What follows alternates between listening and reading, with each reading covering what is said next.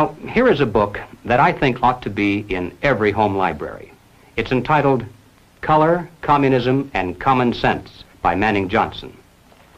Manning Johnson was a Negro, and he was also a member of the Communist Party. He joined the party as a young man because he honestly believed that the communists were trying to improve the conditions of his people. He was a dedicated communist. But after many years, Manning Johnson finally came to the realization that the communists weren't the least bit interested in improving the conditions of the Negro people. He discovered that instead they were merely planning to use his people, and these are his words, to use them as cannon fodder in a bloody revolution to destroy America. As early as 1928, the communists declared that the racial differences among our people constituted the weakest and most vulnerable point in our social fabric. By constantly probing and straining at this one spot, they calculated that eventually the cloth could be torn apart and that Americans could be divided, weakened, and perhaps even set against each other in open combat. We must not be led into placing the blame for the riots, the civil disorders, on the Negro people of our nation.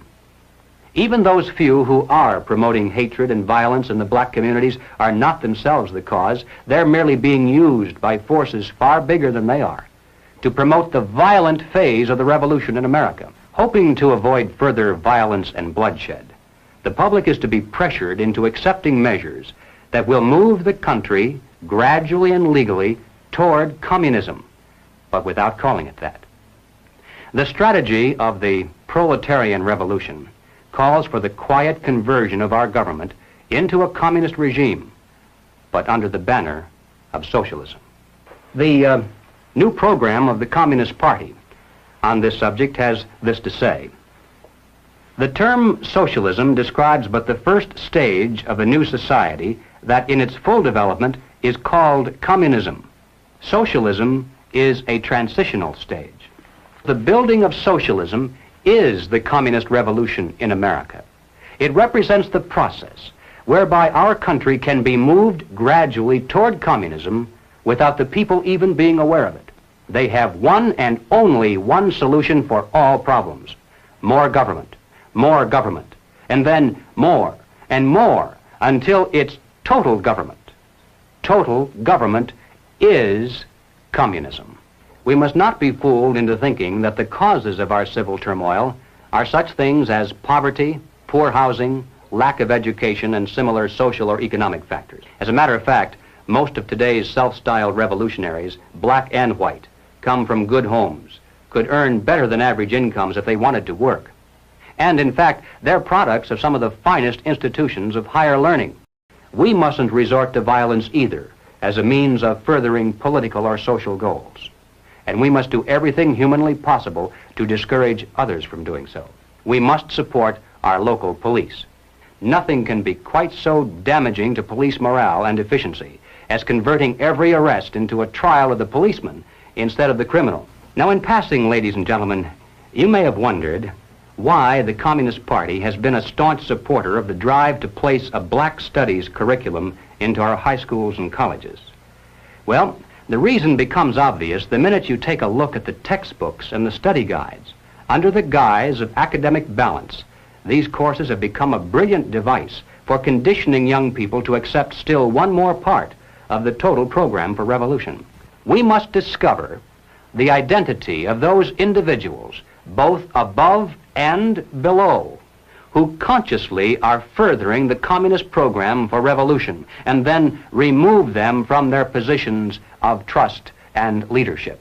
Now, of course, the minute you begin to think along these lines, you'll become the target of a whole barrage of attacks. You'll be called a right-wing extremist, a fascist, or at least a dictator. Some years ago, I happened to attend a meeting where several anti-communist refugees from behind the Iron Curtain were called upon to relate their personal experiences. One of the refugees spoke up and he said, "You know, I came to America expecting to find a nation of free men, but instead, I find exactly the same thing. Everywhere I look, I see men and women who know that communists are making headway in this country. They know that something must be done and that someone must stand up to them. But they themselves do nothing. They remain silent because they're afraid that if they speak out or take a stand publicly, it'll be bad for business. They may lose a client. They may even lose their jobs. If communism should ever come to America, we'll face more death, destruction, and human suffering than any people in history has ever faced at the hands of their invading conquerors. It's literally a question of life and death for all of us. And it's about time the American people began to face up to that fact and to act accordingly. Thank you.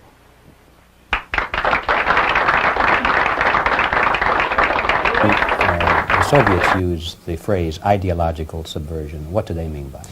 Only about 15% of time, money, and manpower is spent on espionage as such. The other 85% is a slow process which we call either ideological subversion or active measures, активные мероприятия in the language of the KGB. What it basically means is to change the perception of reality of every American to such an extent that despite of the abundance of information, no one is able to come to sensible conclusions in the interests of defending themselves, their families, their community, and their country.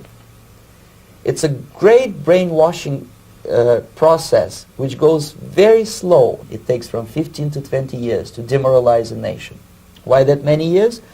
Because this is the minimum number of years which requires to educate one generation of students exposed to the ideology of the enemy. In other words, Marxism-Leninism ideology is being pumped into the soft heads of at least 3 generations of American students without being challenged or counterbalanced by the basic values of Americanism, American patriotism. The result you can see. Most of the people who graduated in the 60s, dropouts or half-baked intellectuals, are now occupying the positions of power in the government, civil service, business, mass media, educational system. You are stuck with them. You cannot get rid of them. They are contaminated. They are programmed to think and react to certain stimuli in a certain pattern. You cannot change their mind, even if you expose them to authentic information, even if you prove that white is white and black is black. You still cannot change the basic perception and the logic of behavior. In other words, these people, the process of demoralization is complete and irreversible. To get rid society of these people, you need another 20 or 15 years to educate a new generation of patriotically minded and common sense people who would be acting in favor and in the interests of the United States society. The demoralization process in the United States is basically completed already. For the last 25 years. Actually, it's overfulfilled because demoralization now reaches such areas where previously not even Comrade Andropov and all his experts would even dream of such a tremendous success.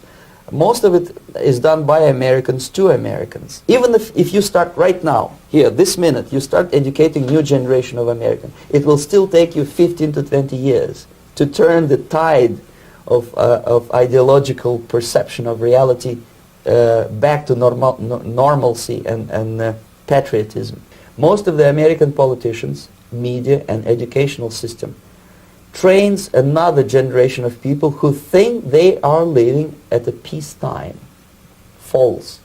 United States is in a state of war, undeclared total war against the basic principles and the foundations of this system.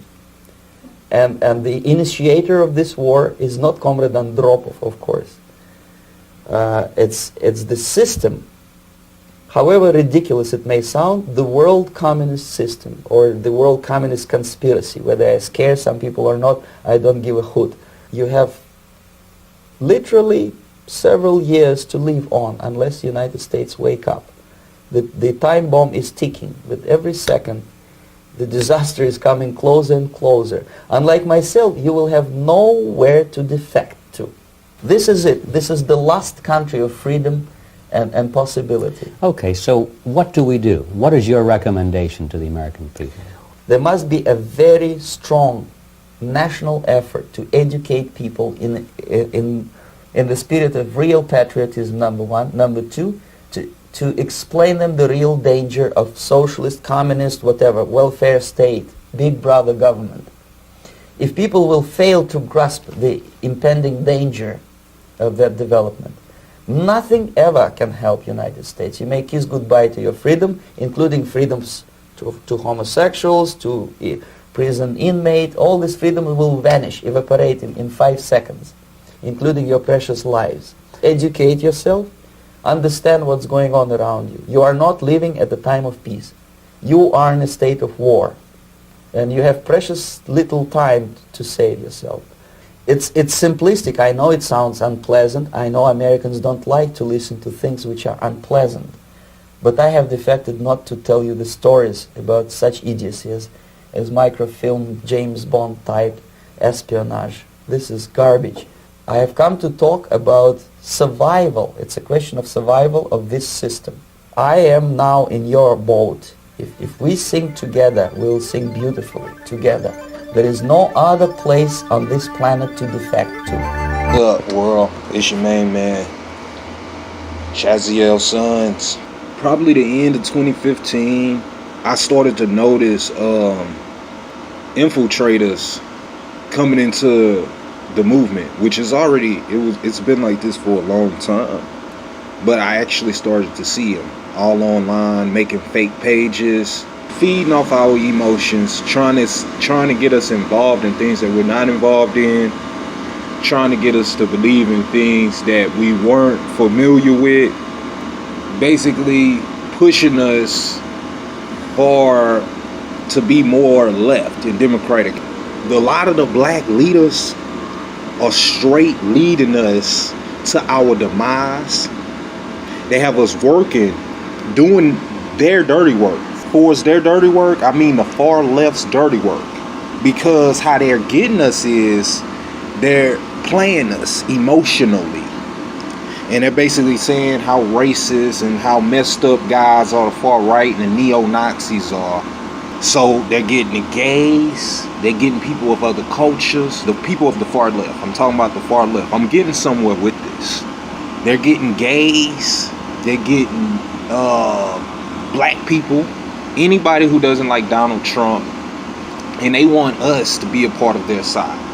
What I'm trying to get the black population to understand and understand, and this is critical, is the movement has been compromised.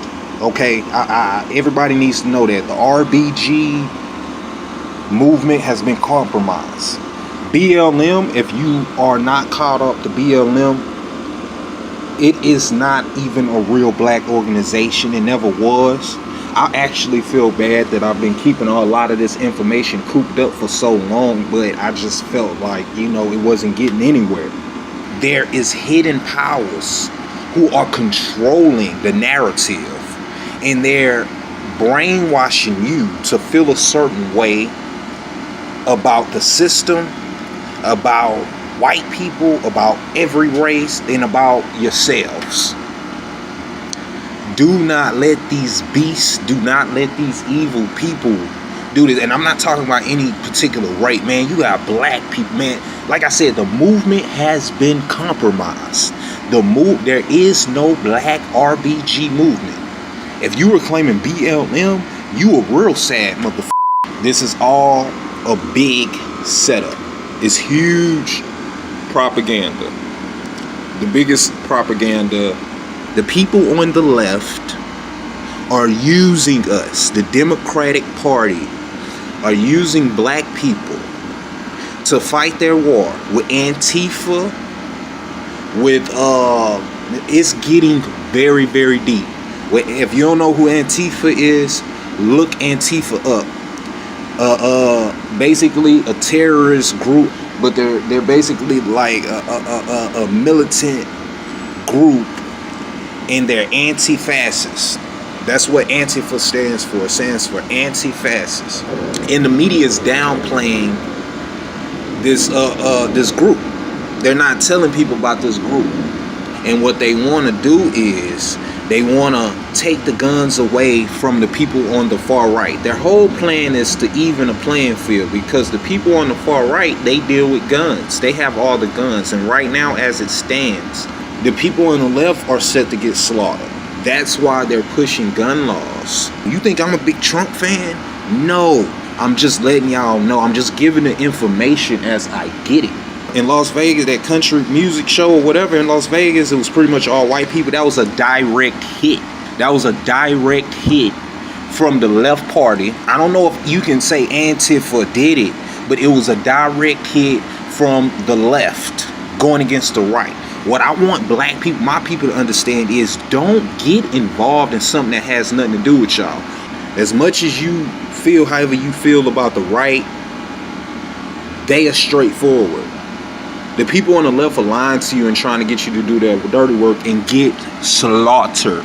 And they're going to use you, and emotionally they're going to get you attached to their little movement, Antifa and all this bullshit. Once upon a time, I was a liberal. But you already know that. 6 years ago, I proclaimed that I was no longer a liberal and told all the reasons why, but I had no idea how much worse things were about to get.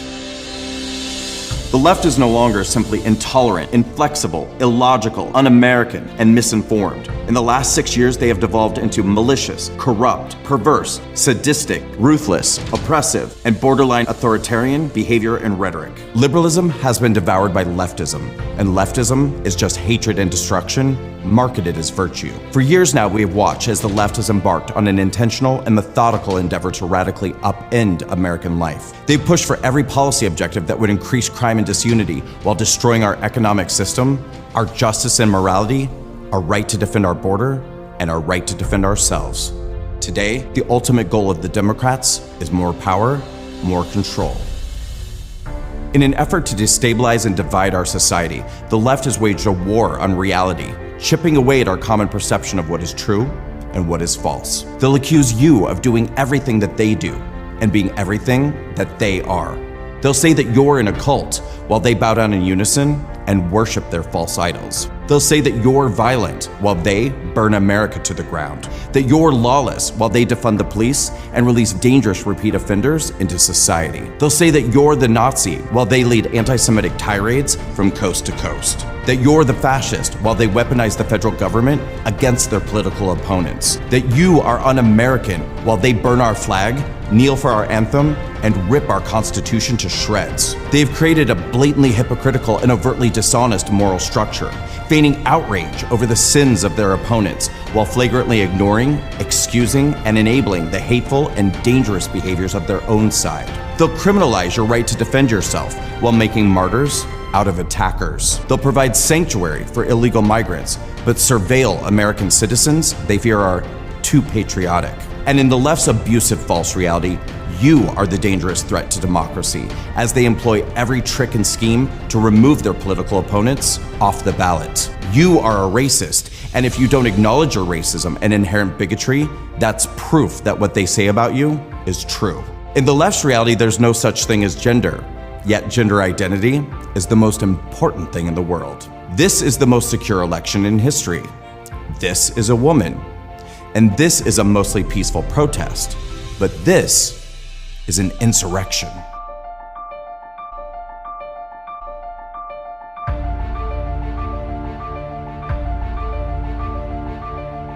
To capitalize on the left's deceitful false reality, the Democrats have ushered in a whole new era of racism, sexism, and discrimination, deceptively presenting these new ideas as diversity, equity, and inclusion. The party that dishonestly takes credit for the advancement of civil rights now openly advocates for prejudice, segregation, and denial of opportunities based on skin color and gender, making skill, merit, and safety secondary, prioritizing diversity quotas over capability. And the Democrats have a powerful ally in their war on reality: the mainstream media. An institution that could once be trusted to hold power accountable, the media is now overwhelmingly leftist and overwhelmingly pro-government, running non-stop interference to protect the establishment. That's why so many people believe every lie every hoax, every false narrative, every piece of fiction the establishment supporting media creates and echoes. Because the left knows if they repeat a lie often enough, it becomes the truth. The Democrats have decided they have full ownership over minorities in this country, telling them they are the victims of a culture of systemic oppression. If you are black, brown, LGBT, an immigrant, or a woman, the Democrats and the media are exploiting you, creating story after story and hoax after hoax to make you think that the other side of the aisle hates you, that you have no hope, no future, and no safety unless they are in power. They lie about hate crimes and skew data to make you think that bigotry against you is on the rise. They want you to believe that your rights are in danger and that every problem in your life is caused by somebody else. They'll tell you they're the only people who care about you and your freedom of choice and opportunity. And then, in the ultimate act of gaslighting, they'll punish any of you who exercise your free will to leave them.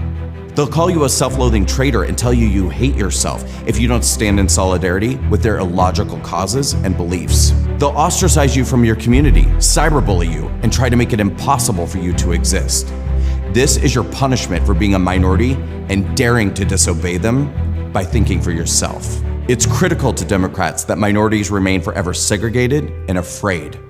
Their goal is to make sure that you never know intellectual and spiritual freedom. Divided they stand. Remember, these are the same people who brought authoritarianism to America under the guise of protecting people from a pandemic. They led the charge to lock you in, mask you, and destroy your business, just because they could. They exploited a virus to manipulate an election. They arrested citizens for daring to open their stores and go to work. They jailed people for going to church. They turned a drug-addicted career criminal into a civil rights hero and gave him a funeral fit for a king, while our grandparents were forced to die alone.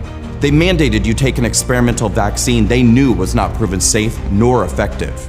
And suddenly, when a pandemic gave them the opportunity, the party that once championed free speech and expression became the party of censorship and suppression. They ban and restrict any speech or opinion that challenges the establishment narrative. They'll label anybody who questions them as spreaders of disinformation to discredit them. They even created a governance board to track and punish thought criminals. Comply or be canceled. There's no line the Democrats won't cross anymore in their craven quest for power. If they can't earn it, they'll steal it. If they can't steal it, they'll break it. If they can't break it, they'll silence it. And if they can't silence it, they'll make it disappear. This isn't a political party. It's a crime syndicate, and nobody holds them accountable. The Democrats have created a two-tier system of justice, weaponizing three-letter agencies against their political opponents, spying on them, raiding them, jailing them, and putting them on lists, while they live without any fear of consequences for their own corrupt behavior. If they want you out of the way, they'll search high and low to find a crime to accuse you of. And if they can't find one, they'll make one up.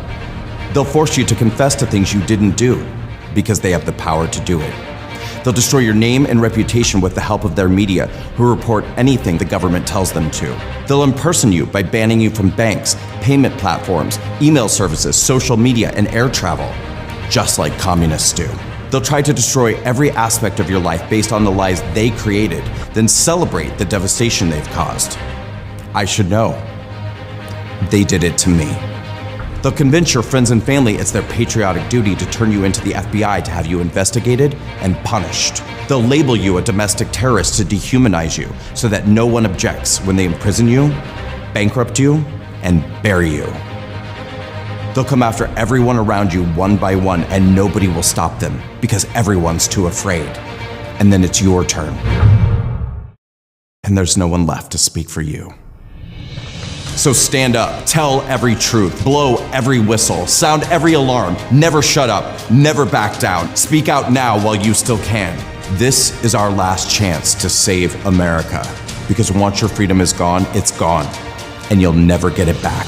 Once upon a time, I was a liberal, but liberalism is destroying us. So I will stand and fight for my values of unity, equal opportunity, personal empowerment, compassion, freedom, and love.